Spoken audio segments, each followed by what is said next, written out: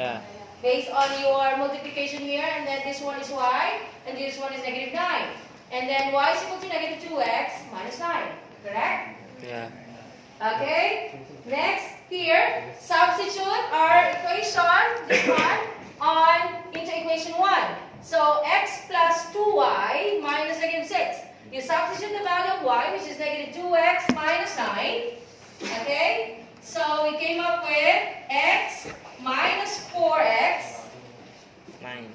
minus 18 equals -6. Yeah. Correct? And then what we get here is, okay, what we get here is -4x minus 18. And then it will be what? Yeah. Negative 3x equals 12. Okay, 12. Why? Because this will be positive when we transpose, correct? Okay, -6 plus 18 is 12. Okay, so -3x is equal to 12. And then since we have to make it a value of x, divide both sides by -3, the answer is -4, correct? Correct. And then what are we going to do is, x plus Substitute. 2y is equal to -6. That's our first equation, our original equation. Then what are we going to do is substitute it. -4 plus 2y is equal to -6. And what we get is -1. Yeah. Correct? And then check the solution. -4 and -1 in both original equation. Okay? So what do we get, guys? Let me see. If we're going to use this -4 and -1 in both the original equation, one of the first equation is this one. X plus 2y equals -6. So, check the solution of x and y, okay, on our original equation. So, we get this one. Correct. Correct? -6. Yeah. And the other one is -3. Also. So, what does it mean? It's the solution. It means? -4 and 1 is the solution. Okay. Okay, you get it? Your mind now is thinking, yeah? Okay, that's good. Okay? So the answer is this one. Okay. And now, there is also another type. Remember that there is what we call consistent, inconsistent, Yeah. and dependent.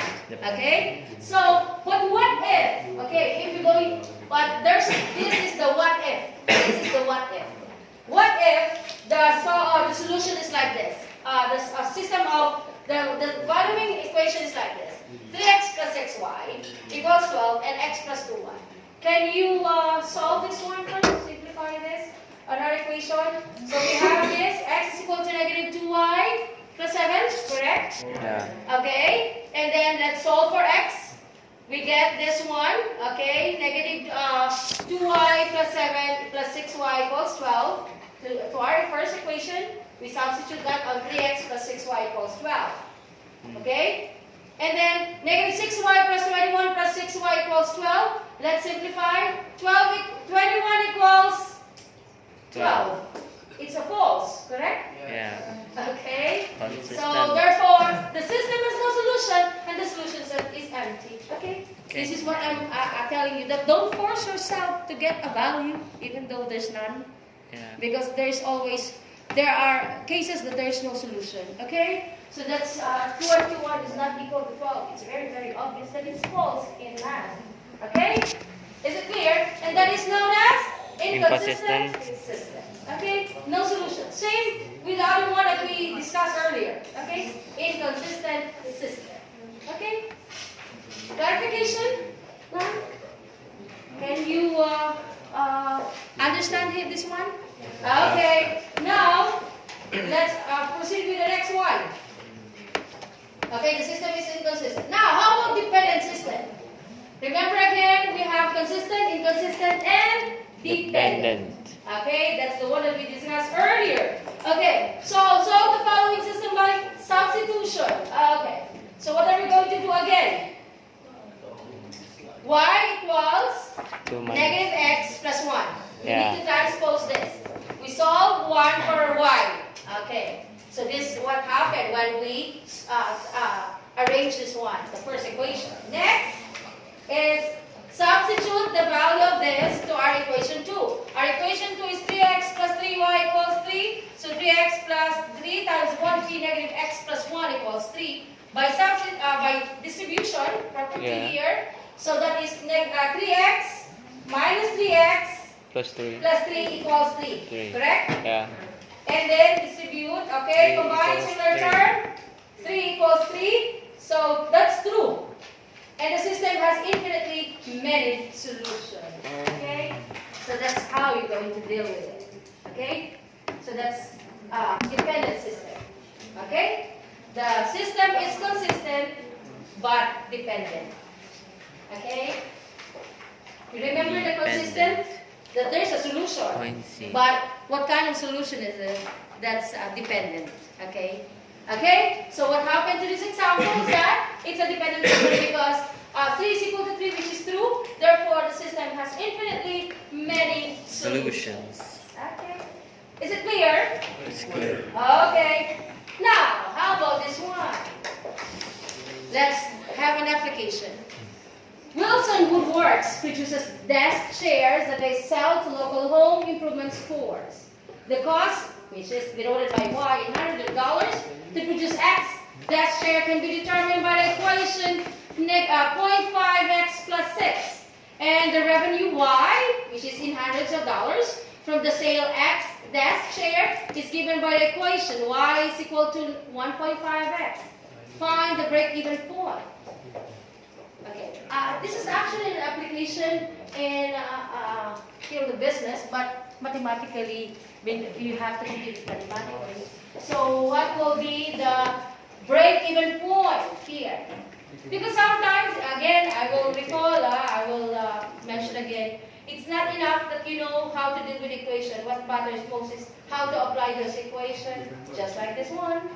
Okay, so try to think again. Okay. Simplify. What will you do with the equation first? Well, I'm sorry. What is our rule? What is our rule? What is our procedure? First, identify to know the number of desk shares that need to be sold so that the company can break even. Okay, break even meaning if it is a business, you the profit and the expenses is just almost the same. Okay. The break-even point is the number of units of a product that is produced so that the cost of production will be equal to the amount of revenue from the sale of the product. That's the break-even point. So that's the first thing that we need to know. We want to know the number of desk chairs that need to be sold so that the company can break even. How many chairs, how many desk chairs needs to be sold? Okay? How many? 6. Okay, let's try. And based on your computation, let X represent the number of desk shares. Because sometimes, again, in math, you have to know how to represent any value on your equation. Okay? And then let Y represent the cost or revenue. Okay. The next, translate the equation. Okay? 0.5x plus 6. Am I right? Yeah. And Y is equal to 1.5x. Yes.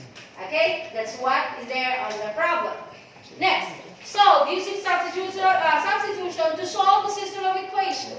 Okay, so you have the equation 1 and 2, and then y is equal to 0.5 plus 6. That's equation 1. Yeah. And then what we need to do is 1.5 equals 0.5x because this is substitute 1.5x to our equation 1. Yeah. And this is 1.5x equals 0.5x plus 6. Correct? Correct. And then, what we need to do, simplify. X is equal to 6. Solve for x. Okay? That's the next procedure. The next procedure is solve for x. How are we going to do that?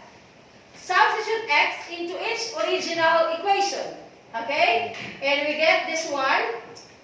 0.5 times 6 plus 6. So the answer is 9. And 1.5, the answer is 9. So, meaning, Wilson Woodwork will need to produce and sell 6 desk chairs to break even. Correct? Okay. Is it correct? Okay. Is it clear? See? Okay, you're correct. Diba? What I did is detailed procedure. But I know some of you skip with a procedure, but it's okay because you know the concept already. Okay? And that's correct. Your answer is 6. Okay. Is it clear about substitution? There's a lot. Okay? Can you still? You are not bored? Not yet? Okay. Not yet. Okay. Okay. So, let's proceed to the next. Now, solving linear equation using elimination. Earlier, graph. Algebraically, and then substitution. Now, elimination. From the word itself, we need to eliminate something on the variable. Okay? So how are we going to do this? This is the procedure. Make sure the coefficient, you know the coefficient, okay, on one of the variables are additive inverse. What do you mean by additive inverse? What do you mean by additive inverse? Oh, that's also basic terms. Additive inverse. By multiplying or dividing both sides of one or both equation of a non-zero constant. What is the additive inverse? We also have multiplicative inverse. What is additive inverse? Anybody can recall? Additive, add. You know inverse, you know additive. Okay, what do you mean by additive inverse? So the sign is No. What is the additive inverse? Of by multiplying or dividing both sides. So What is the additive inverse? saming the both equations, the equal of the coefficient of x or the coefficient of y. No. Pardon, the start? Multiplying the both equations, so we can subtract the x or the y, it equals to 0. Okay, so later, okay? So, again, you need to recall those additive inverses, okay, multiplicative inverse, just like what we are doing, distributive property, okay, the commutative property, okay, so it's at the basic one. Okay, now later, I will show you, okay? Substitute the value of the variable found in step 2 into one of the original equation to find the value of the remaining variable and check your answer. Okay, here, okay, so multiply both sides by an equation 2. Okay, still the same. Okay, so we need to eliminate. We have to get the value of what? We have to get the value of what on that first on our equation? What value? Y, correct? Yes. So we need to multiply both sides by the equation 2 by negative 3. Okay, so we have here negative 6x plus 3y equals negative 18, and we need to simplify. Okay, what do you mean by additive inverse? Again, let's go back. Coefficient. What is the additive inverse of 1? Additive inverse of 1. What is the additive inverse? Okay, anybody who can recall? 0. Okay, yeah. It's inverse. Okay. It's inverse. Okay. Okay. So you have to recall that. That's basic. Okay, that's basic. Okay, you have to recall. Maybe you don't know the term, but you know how to do it. Yeah. Okay? That's the problem.